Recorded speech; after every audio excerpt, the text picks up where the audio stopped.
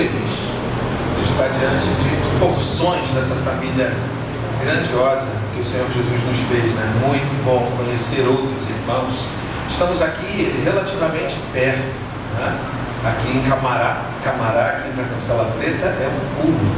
Até fazemos um certo intercâmbio de irmãos, há irmãos nossos que estão aqui muito pertinho, né? Também.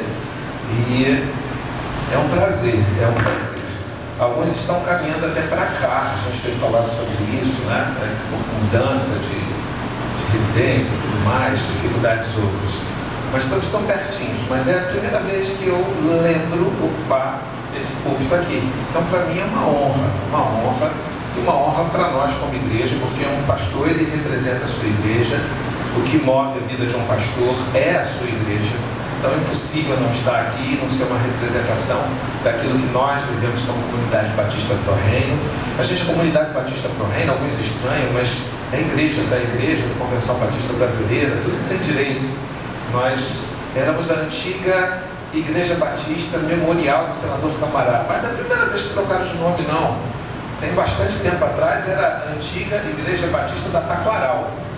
E aí da Taquaral era uma dificuldade, que todo mundo corria a Taquaral de um lado e do outro, esperando que fosse na pista, né? E não era. Aí a gente trocou para Memorial, agora ninguém precisava procurar só na Taquaral, era uma transversal. E hoje nós trocamos por estratégias de ação como igreja, de maneira bem particular, até porque cada igreja é um organismo vivo, precisa entender as suas particularidades também, né? Então, será que existem particularidades que devem ser consideradas numa estratégia como igreja? Não sei.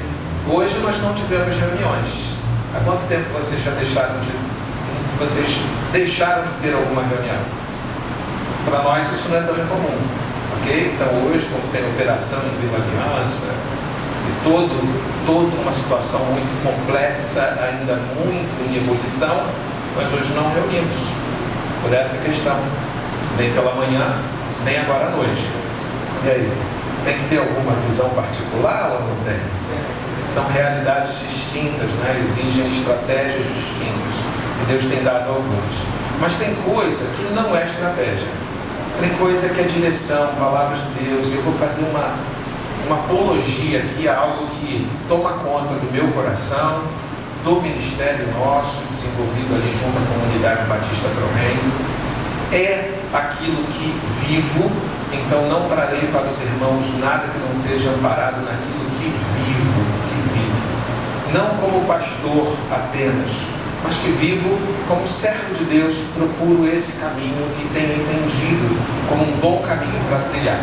E gostaria de incendiar o coração de vocês, gostaria de dar trabalho para o vosso pastor, incendiando o vosso coração, ou pelo menos provocando uma grande reflexão sobre um tema que tem sido muito falado nesses tempos, mas eu creio que com pouco olhar para o que a Bíblia fala sobre esse tema, que se chama discipulado, ok? Então, nesses últimos anos, nós até como Igreja Batista temos falado sobre discipulado. Mas me preocupa muito, porque eu entendo que pouco nós temos falado olhando para a Bíblia. E aí a gente acaba observando somente alguns modelos. E a gente pensa que o discipulado nasceu desses modelos contemporâneos. Mas o discipulado não nasceu de modelos contemporâneos.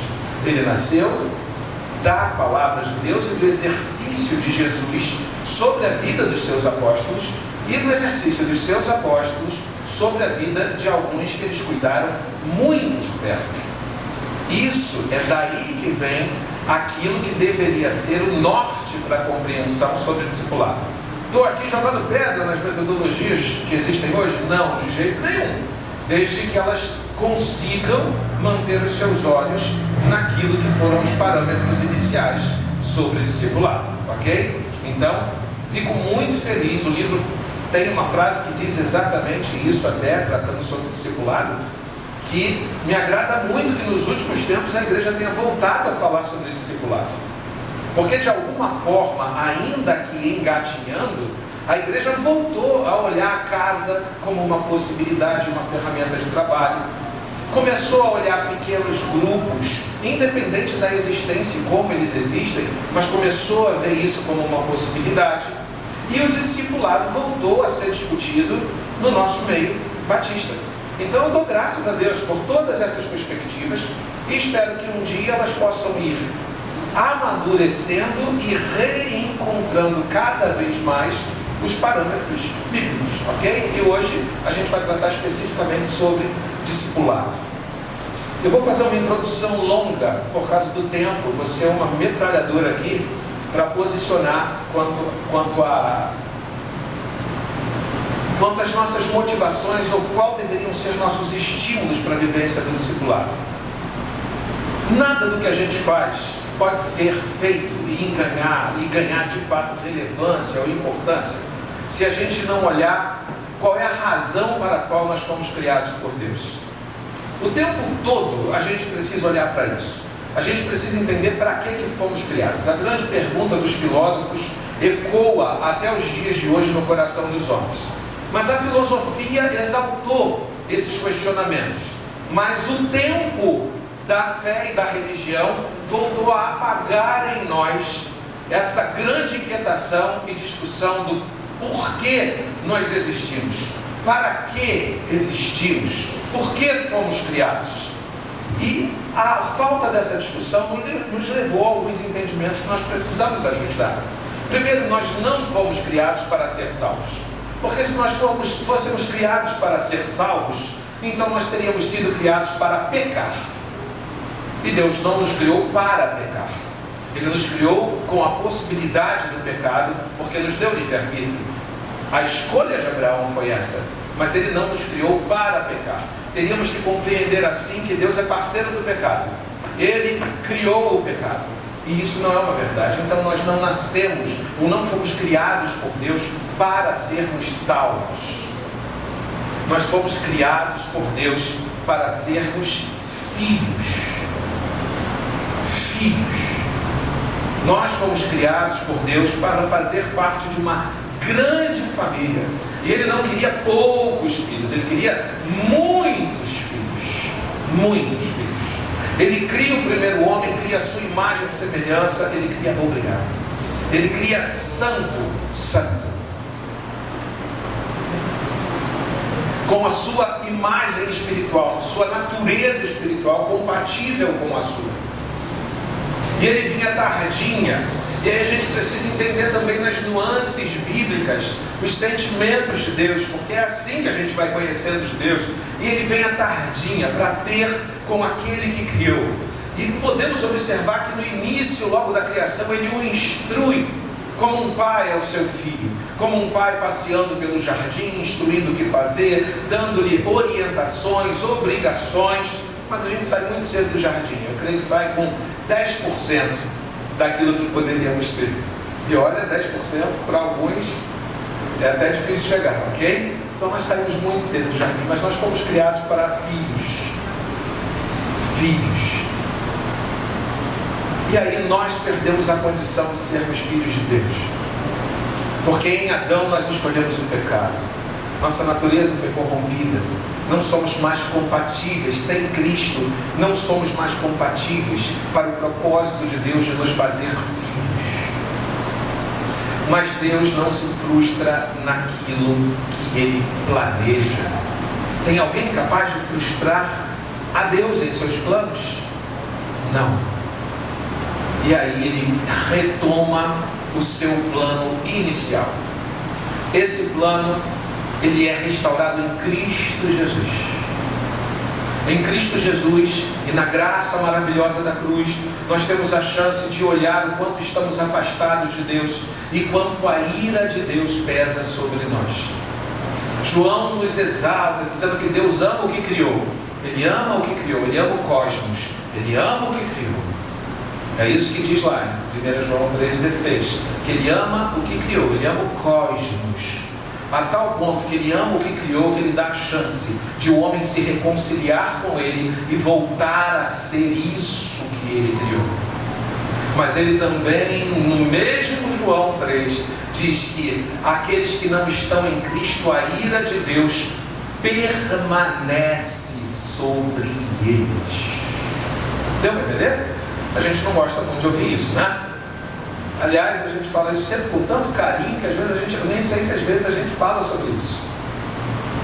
Mais do que isso, ele diz que aqueles que não estão em Cristo já estão condenados. Mas isso é leve. Isso aí a gente suporta. Agora, aceitar que aqueles que não estão em Cristo, a ira de Deus já está sobre eles, permanece sobre eles, isso é muito difícil para nós. Muito difícil. Mesmo nós, os cristãos, fogem dessa realidade que não podemos fugir. Aliás, isso torna a pregação do Evangelho a mais eficaz possível. Porque quando o homem entende que sem Cristo ele está afastado de Deus, que sem Cristo ele precisa de reconciliar-se com Deus, a coisa muda muito. Muda muito, né? Mas quando a gente só lembra do amor e não lembra da ira, diz assim, Deus te ama. E alguns chegam a dizer, então eu não vou para o inferno, ele me ama. Quando chegar lá, ele vai me perdoar. Wesley dizia assim, pregue 80% do Velho Testamento. Ele não está falando do Velho Testamento inteiro, tá ok? Ele falava de pregue 80% sobre o quanto o homem se afastou de Deus, o quanto ele está condenado, o quanto o seu destino é o inferno, o quanto a ira de Deus pesa sobre ele, e então depois você ofereça a cura. 20% você pregue de Evangelho.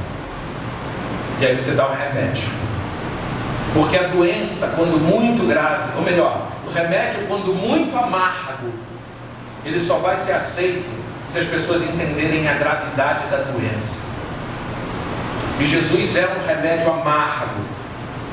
Embora seja doce e aprazível para os que se dobraram a Ele, é amargo para aqueles que precisam ainda renunciar à sua vida, à sua existência própria por Ele, para alcançar a salvação. Se o pecado fosse ruim, meu amado, ninguém pecava. Ok? Alguém acha pecado ruim aí? Que bom, você nem precisa lutar contra ele, né? Mas pecado é bom, irmão. Pecado é bom. Por isso que a gente cai nele, vez ou outra. É por isso que é tão difícil sair dele. Nós não andamos mais no pecado, mas para alguns é extremamente difícil sair dele. O fato é que a gente olhou para a cruz e a gente pôde ser restaurado. Essa graça nos alcançou. Nós decidimos. Eu creio que a maioria de nós, e se você não, é um bom dia para isso. A pregação até aqui é evangelística. Espero que você entenda quando você está afastado de Deus e quando você precise urgentemente renunciar às suas vontades para cumprir a vontade dele sobre sua vida. Mas nós que renunciamos, ou a introdução longa, né? Mas é bíblica. Vamos nós. Mas nós que renunciamos, nós de novo fomos trazidos à possibilidade de ser família de Deus. O que a igreja é para Deus? Essencialmente ela é três coisas, e para cada pessoa da Trindade. Para Cristo ela é o corpo. Para o Espírito Santo é o edifício que nunca acaba de ser construído. E para o Pai é a família. Essencialmente, em relação a cada pessoa da Trindade, isso a igreja é. Mas essencialmente o que a igreja é família. Porque a pessoa do Pai nos remonta com muita facilidade, não é? A criação.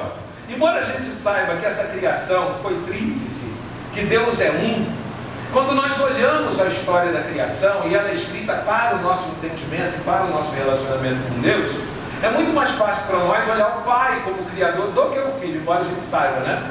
Que Ele e o Pai são um e que sem Ele nada do que foi feito se fez. Mas a gente remonta assim. E é tão maravilhoso isso, porque dessa maneira a gente tem um modelo, a gente tem a forma com que Ele espera que nos relacionemos. Mas em Cristo, nós temos um modelo para nos relacionar com Ele mesmo. Então Ele vem e nos ajuda a enxergar quem Ele é, ou quem deveria ser para nós, e o que Ele espera de nós em Cristo. Então, discipulado deveria ser o entendimento melhor dessa família, acolhendo os novos filhos que vão chegando a esta família. Ok? É a leitura do acolhimento à luz do propósito maior de Deus para conosco. Porque a gente pensa em igreja, e a gente pensa em igreja como se fosse um plano B de Deus. E a igreja não é o plano B. A igreja é o plano A retomado. Porque Deus não se frustra em seus planos. Então a igreja é o plano A. É a família de muitos filhos que Deus quer diante dele. Obviamente que estamos falando da igreja. Qual? A triunfante, tá? Não estamos falando da igreja que, por conta de ter um nome num hall de membros, acredita que vai para o céu e que necessariamente não irá. Vocês concordam? Talvez aqui alguns, talvez poucos, talvez muitos proporcionalmente, serão aqueles que naquele dia dirão: Senhor, em teu nome. Talvez. Até porque estes faziam parte da igreja terreal, na figura que Jesus traz, mas não fariam parte da igreja celestial, da família de Deus. Porque é muito fácil acomodarmos as nossas atitudes, mas é muito difícil transformarmos o nosso caráter ao de Cristo. E é isso que é verdadeira conversão. Moldarmos o nosso caráter ao de Cristo. Paulo, na expectativa de que todos nós tivéssemos isso, ele diz assim: mas nós temos a mente de Cristo. Nós, o que verdadeiramente fomos por Ele transformados. Nós temos a mente de Cristo. Não só as ações, ok? Mas a mente, o caráter. E aí a gente agrega pessoas a essa família, certo? A gente agrega essas pessoas a essa família e esquece desse propósito inicial de Deus. E aí a gente parte do nosso jeito. A gente acaba não fazendo do jeito dele. E ele nos ensinou de muitas maneiras, através do seu exemplo de vida e na orientação de como fazer. E ele nos falou também através da boca dos seus apóstolos e também da vida dos seus apóstolos, que deixou para nos exemplificar. E aí eu vou começar a trabalhar os textos aqui brevemente. Você pode me ajudar? Você da projeção, você pode me ajudar? De eu ir te pedindo os textos e você colocando? Pode ser? Vamos tentar? Vamos? Então, vou de cara para aquele que eu nem precisaria abrir o texto, mas você também não. Mateus 28, 19 e 20, certo? A nossa maior convocação, a nossa outorgação de autoridade para fazermos ou para continuarmos fazendo aquilo que foi para o que ele viveu sobre essa terra. A mais importante comissão. Eu costumo dizer que nós só temos uma missão, nem é pregar o Evangelho. Pregar o Evangelho é a forma de chegar a essa missão. A missão é fazer discípulos que sejam a imagem do primogênito a partir da nossa vida transformada, e ensinar como guardamos para que outros possam guardar o que ele ordenou. Ok? Vamos ao texto, porque eu falar uma coisa, Jesus falando é outra. Mateus 28, 19 e 20, portanto, ide, discípulos de todas, batizando-os, ensinando-os a guardar toda, ajuda a projeção, o povo está gaguejando, ensinando-os a guardar todas as coisas que eu vos tenho mandado, e eis que estou convosco todos os dias até a consumação dos séculos. Amém. Uma vez embaixador, sempre embaixador, uma vez mensageira do rei também, né? Porque esse texto está lá também, um dos principais textos. E aí ele diz como, ensinando-os a guardar todas as coisas. Primeiro, que ele não manda guardar todas as coisas. Primeira coisa que precisa ser elucidada, ele não manda guardar todas as coisas. A gente lê muito mal esse versículo. Ele manda guardar todas as coisas que Ele mandou. Preste atenção nisso, porque isso é extremamente importante na formação de discípulos fiéis a Jesus. Na formação de discípulos inteligentes, você ensina tudo, tá bom? Pode ensinar tudo, você vai ter discípulo inteligente. Na formação de discípulos fiéis, você ouve aquilo que Jesus ordenou. E o que Ele ordenou? A ensinar todas as coisas que eu vos tenho mandado. As coisas que Jesus não mandou não são muitas. Se a gente ficasse o tempo todo batendo só naquilo que Jesus mandou, seria maravilhoso já. Porque certamente nós não fugiríamos e não nos afastaríamos daquilo que Ele ordenou. E Ele não ordenou fazer discípulo, tá legal? Essa é uma de suas ordens. E ordenou também, não foi só o batismo e a ceia.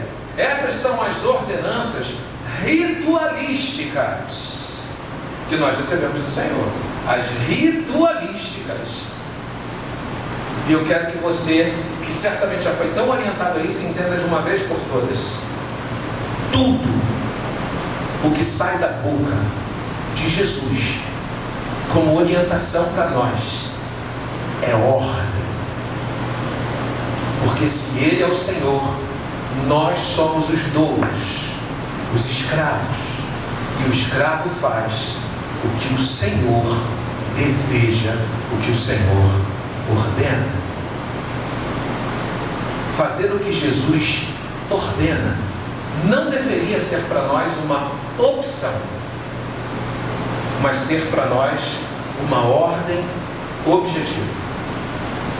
Mas nós escolhemos em Cristo aquilo que queremos adotar como ordem e escolhemos em Cristo aquilo que não queremos obedecer, porque não estamos prontos, porque não é a hora, porque eu não entendo assim, porque eu estou desanimado, porque eu estou sem força. Então você não é um escravo, porque um escravo não para onde vão as suas forças, ele segue até o fim de sua vida por obediência.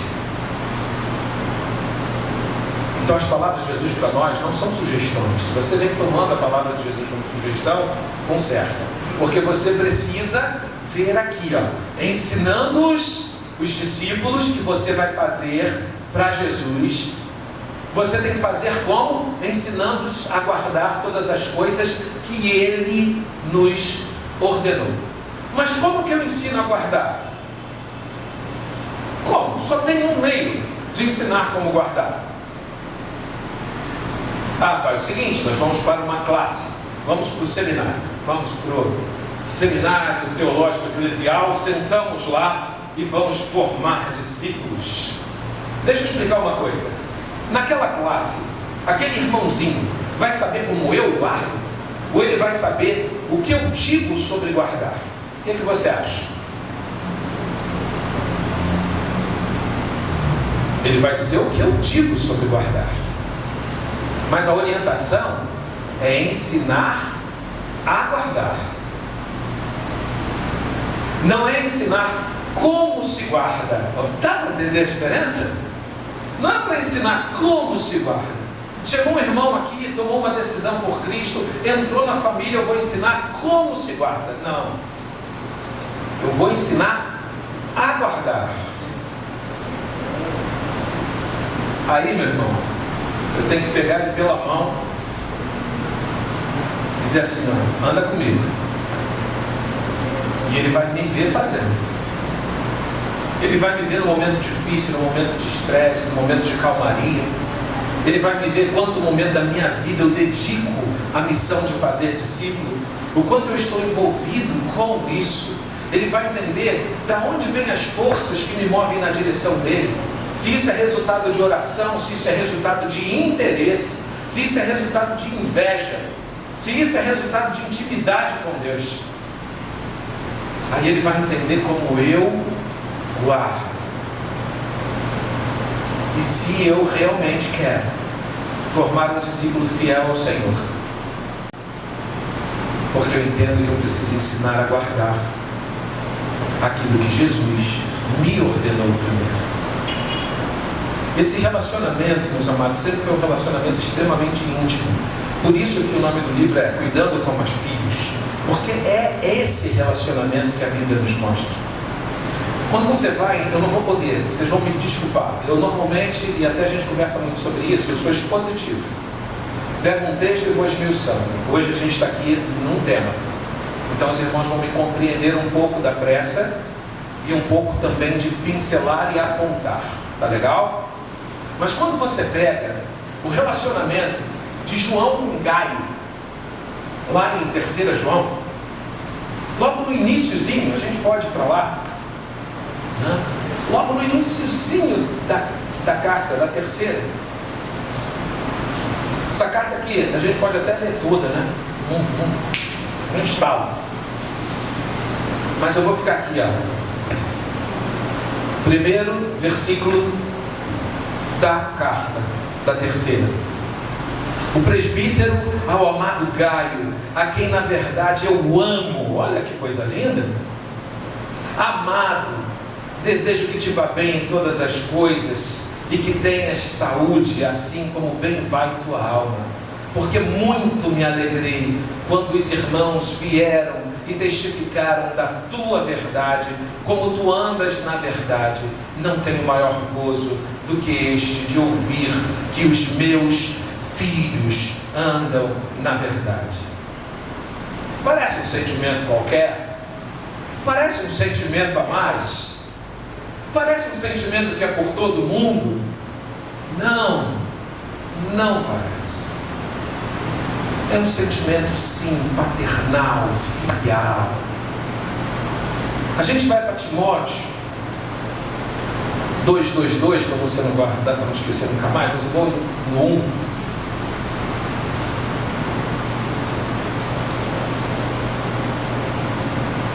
Vou no primeiro capítulo, tá? Depois eu vou, se der tempo eu passo pelo 2. E ele diz assim: Paulo, apóstolo de Jesus Cristo, pela vontade de Deus, segundo a promessa da vida que está em Cristo Jesus, Timóteo, meu amado filho, graça, misericórdia e paz da parte de Deus Pai e da de Cristo Jesus, Senhor nosso. Parece uma saudação qualquer? Não é, meus amados. A relação era de fato paternal e filial, porque ela foi assim em Cristo. Lá em João 13, no versículo 33, quando Jesus precisa ir para a cruz, e eles não entendem esse caminho ainda, eles não entendem, e eles pensam que Jesus está indo para o céu para construir morada. Eles dizem assim: Jesus vai para o céu para construir morada, ele está indo embora, então ele vai para o céu. E aí ele, sentindo o coração dele, diz assim: eu não vou construir morada. Na casa do meu pai há muitos cômodos, há muitas moradas, tá? O ideal seria cômodo, vamos ficar todo mundo juntinho lá, né? Então na casa do meu pai há muitos cômodos, muitas moradas. Se não fosse assim, eu diria a vocês: eu vou preparar-vos um lugar. Mas eu não estou falando isso, porque na casa do meu pai há muitas moradas. Qual era o caminho, amado? E que eles não podiam entender, e que eles também não podiam segui-lo. Qual é?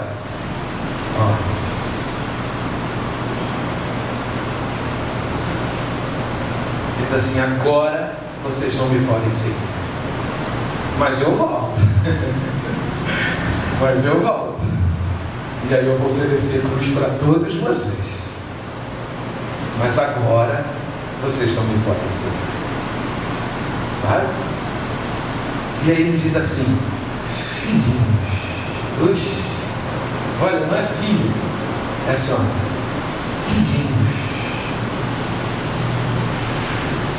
Quando você vai para João 17, você olha aquele texto, ele está falando de autoridade repassada. Ele diz assim: Senhor Pai fez por mim, agora eu faço pelos meus irmãos. Aquela oração inteira é isso. Como tu és em mim, eu neles, e eles sejam nos outros agora. Quando você olha Paulo falando a Timóteo, ele diz assim: Timóteo, agora sim o 2:2, isso que você recebeu de mim através de muitas testemunhas, transmite-o a homens que sejam fiéis primeiro, capazes depois. Idoneidade é capacidade, tá? A gente confunde muito essa palavra. Fiéis e idôneos, para que transmitam a outros. E ele diz assim: do mesmo jeito que eu transmiti a você. Então a gente está vendo um suceder de cuidado, mas um cuidado que começa com Jesus. É o filho mais velho, na ausência do pai, cuidando dos filhos mais novos. Deu para entender? Isso é cultura e cultura judaica, ok? Na ausência do pai, não é só cultura judaica, né? É a cultura de toda a casa que se preze. Na ausência do pai, da mãe, do tutor, entra o filho mais velho, mais amadurecido, não é necessariamente o mais velho, porque às vezes o mais velho pode não ter a maturidade, ou pode não ter até a, como é que eu vou dizer, termo difícil que só vem na minha cabeça, condição física, mental, pode ser que não tenha. Então o filho mais amadurecido, mais capacitado, então cuidará dos demais irmãos como se o pai fosse, na ausência do pai. Jesus fez isso com os seus. Porque você pode pensar que Jesus, quando cuidou dos 12, é porque ele queria formar a igreja, e 12 era legal, e aí a igreja ia crescer. Olha, deixa eu te explicar. Multidões seguiram Jesus. Multidões. Se Jesus estivesse pensando em deixar de uma igreja grande para o evangelho ir embora rápido, ele largava os 12 e abraçava os que vieram da mulher samaritana. Dizia assim: agora estamos bem, vamos começar aqui uma igreja, não vamos começar em Jerusalém não, Samaria deu mais certo, vamos começar com uns 6.000 irmãos aqui em Samaria, certo? Ele reclama em seu coração, não do pai. Ele reclama, clama de novo, né? Ele reclama isso, ele diz assim: olha, são como ovelhas sem pastor. Mas ele não deixa os 12. Não deixa os 12. Porque filho a gente não abandona por glória. Filho a gente não abandona por glória. Jesus não te abandonou por glória. Ele é digno de toda a glória, mas ele não te abandonou por glória, fazendo aquilo que ele tinha que fazer, cuidando daqueles 12 como a filhos. Como a filhos. Você vai ouvir o relatório dele, que palavras bonitas sobre Jesus. E ele os amou, e os amou até o fim. Que coisa maravilhosa. Porque filho não se abandona. Eu poderia levantar a mão, pedir para levantar a mão aqui, não vou, tá? De alguns pais aqui dizendo: quem aqui é pai que tem um filho torto, uma filha torta? Talvez muitos pais aqui levantassem a mão. Eu tenho um filho torto, eu tenho uma filha torta. Mas o que ele é teu? O que ele é tua? Filho. O nosso cuidado dos que chegam precisa ser como a filhos.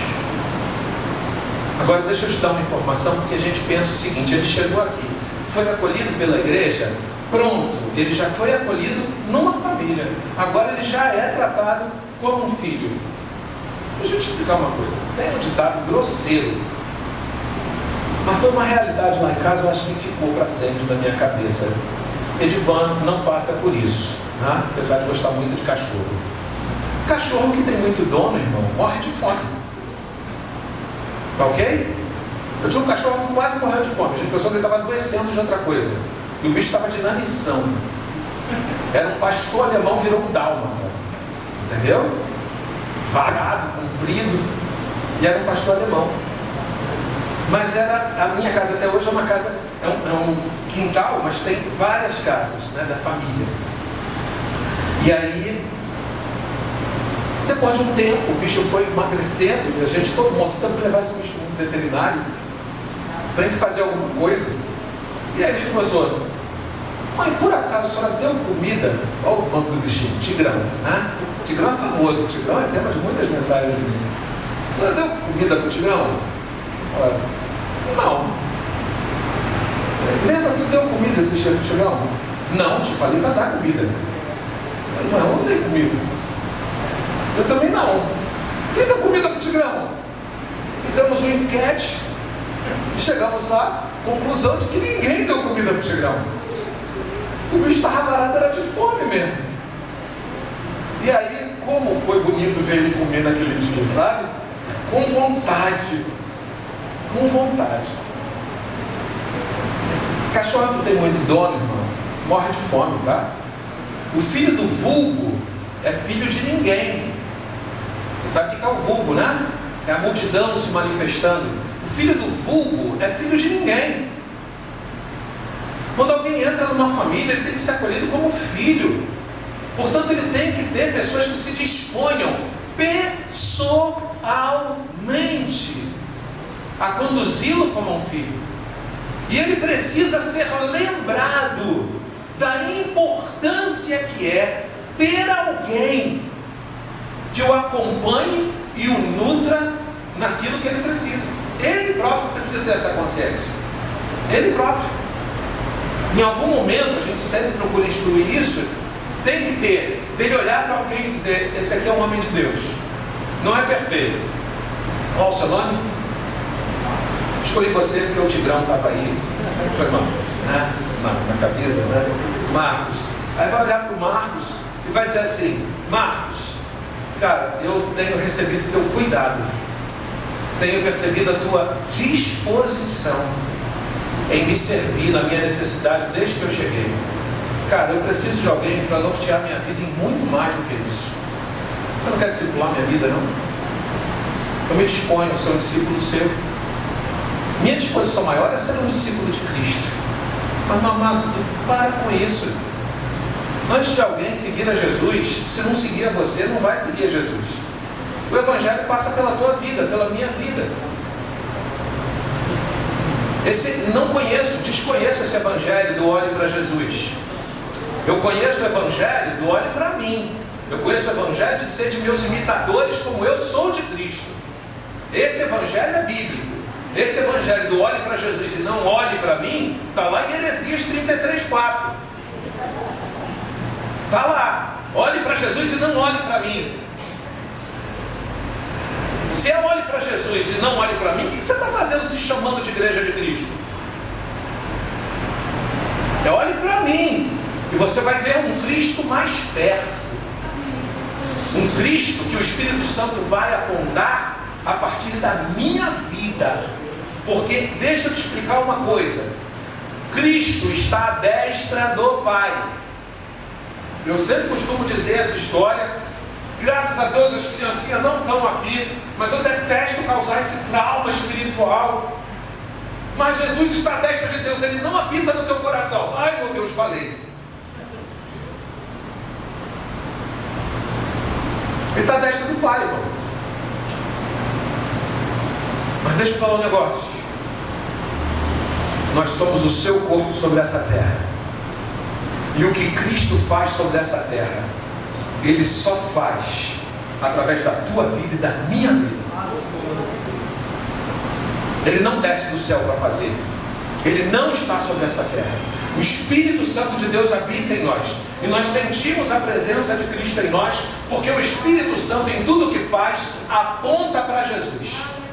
E por isso nós o sentimos em nós, a partir do que o Espírito Santo age em nós. Ok? Mas Ele está à destra de Deus. E diz Efésios 2:22, que Deus deu a Ele, a igreja, para ser o seu corpo, agindo sobre essa terra. E a ela Ele deu o poder que ressuscitou Jesus. Então tem que ser com a minha vida. O discípulo vai crescer olhando para a minha vida. E ele vai crescer olhando para tudo que eu faço de certo. e ele vai crescer. Se eu tiver verdadeiro vínculo com o Pai, ele também vai crescer vendo tudo que eu faço de errado. Gente, que maravilha que é isso. Ele vai escolher o Marco, não é porque o Marco é perfeito, mas porque o Marco é um homem de Deus. Tomara que eu esteja profetizando de verdade. Porque Marco é um homem de Deus, ele não é perfeito, mas ele se dispôs a servir. E ele é um homem de Deus. Ele não é um homem inerrante, ele é um homem de Deus. Mas ele é mais amadurecido do que ele. Mas os dois agora vão amadurecer juntos. O Marco cuidando do Nicolau.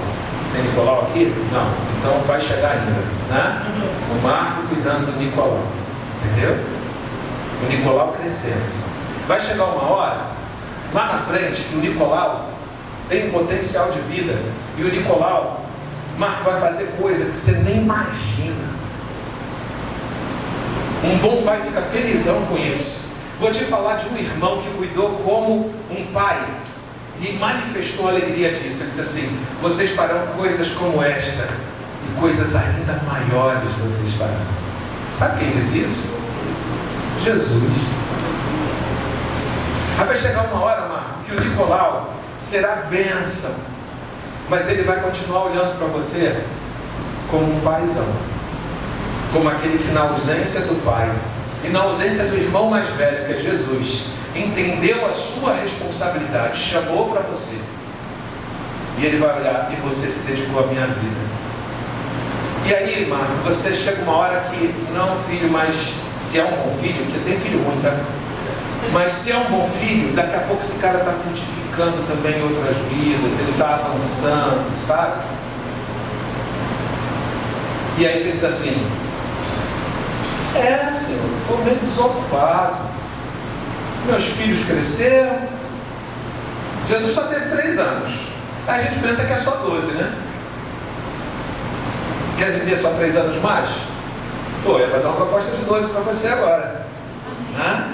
Tu quer viver um pouco mais, né? Aí tu já está lá calejado, já gerou um bocado de filho. Não 12, tá, por favor. Tem um pastor da região jogando um boato de que a gente é G12, Edivan. Olha só, meu Deus do céu. A gente não é nem G1, nem G2, nem G3. Esse negócio de número não é pra gente não, sabe? Mas aí a gente tem parâmetros, né? Jesus cuidou de 12. Sinal, e ele viveu 3 anos de ministério, não é isso? Eu não sou G12 não, eu sou G30, 60 e 100. Esse eu sou, porque é o G de Jesus. A boa semente, quando cai em boa terra, ela germina a 30, a 60 e a 100. Então esse G eu sou, esse de Jesus de 30, 60 e 100, esse eu sou, né? Então você está lá, o discípulo agora está andando bem. Você diz assim: ô Senhor, chegou agora o Nicolério, né? Chegou o Nicolério. Nicolau está indo tão bem. Ô Nicolério, tudo bem? Eu sou o Marcos, cara. No que eu puder te servir na tua caminhada, cara, eu vou estar aqui. E até que você eleja alguém para estar ombro a ombro com você. Você quer que eu seja esse alguém? Posso ser? Sim. Então vamos lá, Nicolério. Vamos lá. Meus amados, a igreja fica pensando em como crescer. Para a gente entender como crescer, basta que a gente cuide como filhos, que a gente não perca. Quando cuidamos como filhos de 12, um se perdeu. A Bíblia é tão maravilhosa, e o que Jesus nos ensina é tão maravilhoso, que Ele nos dá nem a chance de frustração. Ele cuidou de 12, Ele perdeu um. Então até para isso Ele nos deu parâmetros. Alguns vão se perder. Paulo falava, alguns nem nunca foram nossos. Aí eu precisava de mais e eu só tenho 4 minutos. Mas eu vou dizer uma coisa para você. Tem coisas que a gente olha para a palavra e a gente fica confuso. Quando ela diz assim: Me lembra, agora esse texto fugiu. Por favor, me ajude a se lembrar do texto. Mas eu vou citar só porque fugiu aqui. Quando diz assim, em uma das cartas, uma das epístolas, aquele que salvar o seu irmão de um pecado, salvou uma alma. Tiago diz isso? Eu não lembro agora. Mas é o texto. Depois vocês podem ir aí. Se você quer realmente saber estudar a Bíblia, pode usar o Google agora, coloca essa frase e me diz onde está. Tá? Mas a gente fica confuso, não fica? E não é só esse texto. Vários textos que falam sobre pessoas que estão caminhando na igreja e falam sobre o inferno. E falam sobre perdição. E a gente fica assim, mas salvação se perde. Como é que é isso? E o texto ali fala sobre o irmão. Tu pesquisou? Tiago 5. Ô Senhor, pelo menos um livro eu acertei. Vamos lá, Tiago 5, né? E aí, aquele que salvaram o seu, trouxeram o irmão ao arrependimento do seu pecado, salvou uma alma. Mas ele é um irmão. Peraí. Ai meu Deus, que negócio é esse? Como é que eu salvo uma alma do pecado se ele já é meu irmão? Porque deixa eu te explicar. O plano de Deus é uma família de muitos filhos, não é isso? Lá no início. Esse é o propósito dele quando nos criou. Que nós acolhamos como família. Porque todo mundo que nasce como um bebê, precisa de ter paternidade, sabe, sobre sua vida. E aí, alguns fazem essa escolha honesta. Quer dizer, fazem essa escolha honesta. E por conta de ser honesta essa escolha, eles são acolhidos na família. Irmãos se apresentam, porque querem cumprir aquilo que Deus os chamou a fazer, lhes deu como missão, se apresentam. E aí ele passa a sentar na mesa dos irmãos. Ele come a comida dos irmãos. Ele veste a roupa dos irmãos. Ele é chamado de irmão. Teria outra forma de ser? Não tem. Quando você está adotando um filho, você vai cuidar dele como um filho. Você vai fazer tudo para que ele possa te ver como um pai, como uma mãe. Então você vai tratar dele como filho. Talvez até chame disso. Filho, filha, vem cá, filho, vem cá. Só que deixa eu te explicar uma coisa. Uma adoção não se consolida só porque os pais querem. Para que uma adoção se consolide, tem que os pais quererem. Mas a criança precisa querer. Tem que se dobrar ao pátrio poder, à autoridade da casa, a forma com que a casa é conduzida. Ela precisa se dispor. Há muitos que entram para a família, mas nunca se dobram ao pátrio poder. Nunca. Por isso é que a gente falou no início aqui, né? São aqueles que Jesus falou, Senhor, em teu nome. Você nunca se dobrou a mim, né? Você comeu o que todo mundo comia. Você vestiu o que todo mundo vestia. E por conta disso você até entrou na disciplina da casa. A casa dizia assim, agora os irmãos que estão aqui há 20, 30 anos vão participar da direção do culto. Você entrou até na disciplina da casa. Porque é impossível, talvez até para os outros, fazerem filtro. Só Deus pode fazer esse filtro. Mas em alguns momentos, a árvore boa dá os frutos bons, mas a árvore má ou não frutifica, ou dá mais maus frutos. Certo? E aí come o que os irmãos comem, bebe o que os irmãos bebem. Mas por que é tão difícil rastrear isso? Porque o marco não está lá. Ok? Porque para o Nicolau, meu irmão, tem que se esconder muito, tem que mascarar muito. Porque o Marco está lá. O Marco liga para ele. O Marco estuda com ele.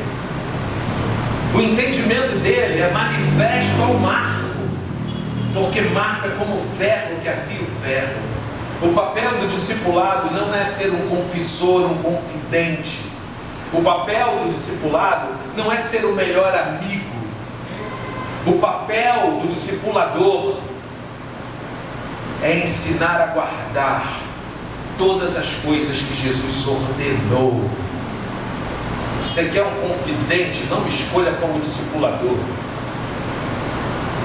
Pelo contrário, o discipulador que quer realmente cooperar, ele não é um baú, ele é um megafone. Ele pega aquilo que você não teria com força para dizer de si mesmo e diz para você. E quando para você não faz efeito, ele aplica Mateus 18, tá assim, ó, leva mais 2 contigo, depois leva a igreja. Ele não é um confessor, ele é alguém que você escolheu para te falar o que você mesmo não teria força para dizer a você, o que você não ouviria. Ele não é um confidente, ele é um prumo, ele é uma linha que ajuda você a entender aonde você precisa ir. E aí fica difícil ele chegar aqui em algum momento e dizer: irmãos, hoje estamos aqui porque o ser discipulado cooperou para que isso não chegasse aonde não devia. Entendeu?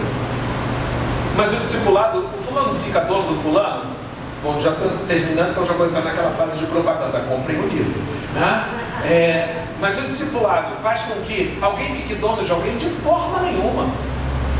O discipulador, em outras palavras, ele é um conselheiro que te confronta com aquilo que precisa ser aferido, mas ele não é dono da sua vida. As escolhas são tuas, as escolhas continuam sendo tuas, mas você escolheu ele para te confrontar quando necessário. Você deu liberdade a ele. O discipulado não é algo estanque, meu amado, nem na Bíblia, muito menos. Não é algo estanque. Deixa eu te explicar. Nem Paulo viajou sem autorização da igreja. A igreja que norteia tudo, meu irmão. Ela é o corpo de Cristo. Ninguém se faz corpo de Cristo. Ninguém abre igreja porque eu quero abrir igreja. Não era assim, não era anarquia, não. A igreja tem governo terreal, governo celeste e governo terreal. Então o discipulado sempre precisa ser uma extensão do cuidado pastoral, só que de uma forma que não vai dar, cara. Eu gosto de chamar as pessoas lá para casa e normalmente eu não sou judeu, né? Então eu servo costelas de porco com molho barbecue. Olha, já até convertimos adventistas, sério, né? Costela de porco com molho barbecue. Normalmente é o que eu preparo quando tenho um discipulado mais pesado. Quando tem costela de porco, diz assim: vai doer na minha costela, né? E aí eu chamo para isso.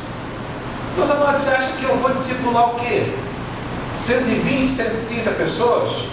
Não vai ter porco nesse Brasil para ficar sem costela. Entendeu? Não tem condição, meu amado. Pastoreio é uma coisa, discipulado é outra coisa. Deu para entender? É o pastoreio mais perto, é extensão do pastoreio. Então quando o Marco não aguenta, o Marco diz assim: Edivan, Deus do céu, cara, Nicodélio não é Nicolau não, cara. Com Nicodélio o negócio está difícil, eu não consigo dar resultado. Já tentei isso, não muda, tentei isso, não muda. Cara, preciso que você entre. Aí é a hora que Edivan vira o Karate Kid. Definiu o esquema. Entendeu? Definir. Então é uma extensão. E quando alguém escolhe estar debaixo do discipulado dentro da igreja, ele escolhe conscientizado disso. Isso é uma extensão do pastoreio da igreja. E quem precisa ser discipulado, para a gente terminar com essa pergunta? Meu amado, no dia que eu entendi isso, nem me sobrou opção. Eu fui procurar quem me discipulasse. Porque se isso é realmente importante, não porque o outro é maior, porque o outro é melhor, mas porque eu preciso de alguém que me ajude a me humilhar, que me ajude a me humilhar. Porque é muito difícil você se humilhar sozinho. Não é impossível, mas é muito difícil. Então eu preciso de alguém que me confronte, que seja um homem de Deus, que seja maduro. Eu acredito que o meu discipulador, em algumas áreas, eu seja mais capacitado do que ele. E eu não humilho dizendo isso, porque alguém que sabe se humilhar também. Mas ele é um homem de Deus e que eu preciso para confrontar a minha vida. E tem dia que eu vou para lá e digo assim: cara, eu não sei como me conduzir, talvez eu esteja me conduzindo mal. Me ajuda, porque eu não estou certo, não sei o que fazer, não sei que decisão tomar. Me ajuda em oração, sabe? E aí eu vou lá e considero aquilo que ele diz, considero, não obedeço necessariamente, mas considero muito e em boas partes, graças a Deus, até obedeci. Entendeu? Todos nós, meus amados, talvez esse seja o maior desafio hoje para uma igreja se tornar uma igreja biblicamente discipuladora. Biblicamente seja o maior desafio. Porque sabe quem talvez esteja precisando de um discipulador? Você. Sabe que você que eu estou falando? Você. Tão poderoso e operoso. Você tão cheio de bagagem. Você tão cheio de si mesmo. Você tão perfeito. Você precisa de um irmão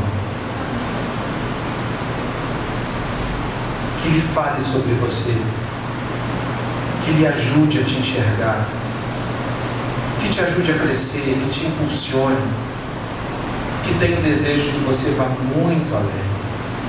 O grande erro quando a gente fala isso para uma igreja é que todo mundo quer ser discipulado por quem tem destaque. E às vezes, meus amados, quem tem destaque está longe de ser o melhor discipulador. Está longe, sabe? E eu tenho que parar. Esse tema eu não termino.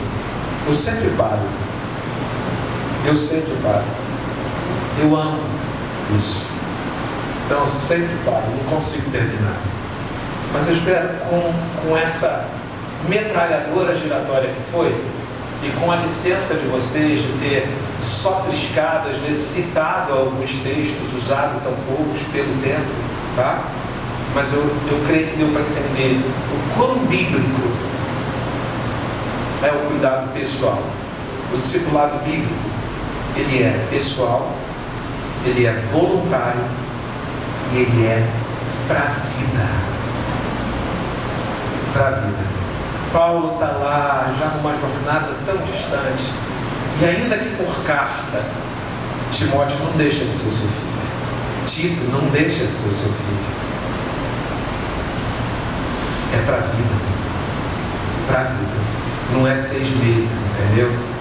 Não é 1 ano, não são 2. É para a vida, é para a vida. É pessoal e é para a vida. Eu espero, tenha inquietado talvez, eu sei lá, Deus vai fazer o que Ele quiser fazer com isso que foi dito e você vai cooperar para isso, mas mensagem trazida, né? Quero orar com você, podemos? Deus de amor, muito obrigado, Deus, pela Tua palavra, pela riqueza da Tua palavra, que fala mais do que palavras, Senhor, que fala através das atitudes desses homens de Deus que foram por Ele instruídos no mesmo amor, no mesmo compromisso, no mesmo cuidado. Teus apóstolos, Senhor, sabe? O Teu Filho nos falou muito mais do que com palavra, mas com as atitudes de vida tomada e deixadas como exemplo para nós. E às vezes, Deus, nós só queremos ser decoradores de versículos, quando há tantas ordenanças silenciosas,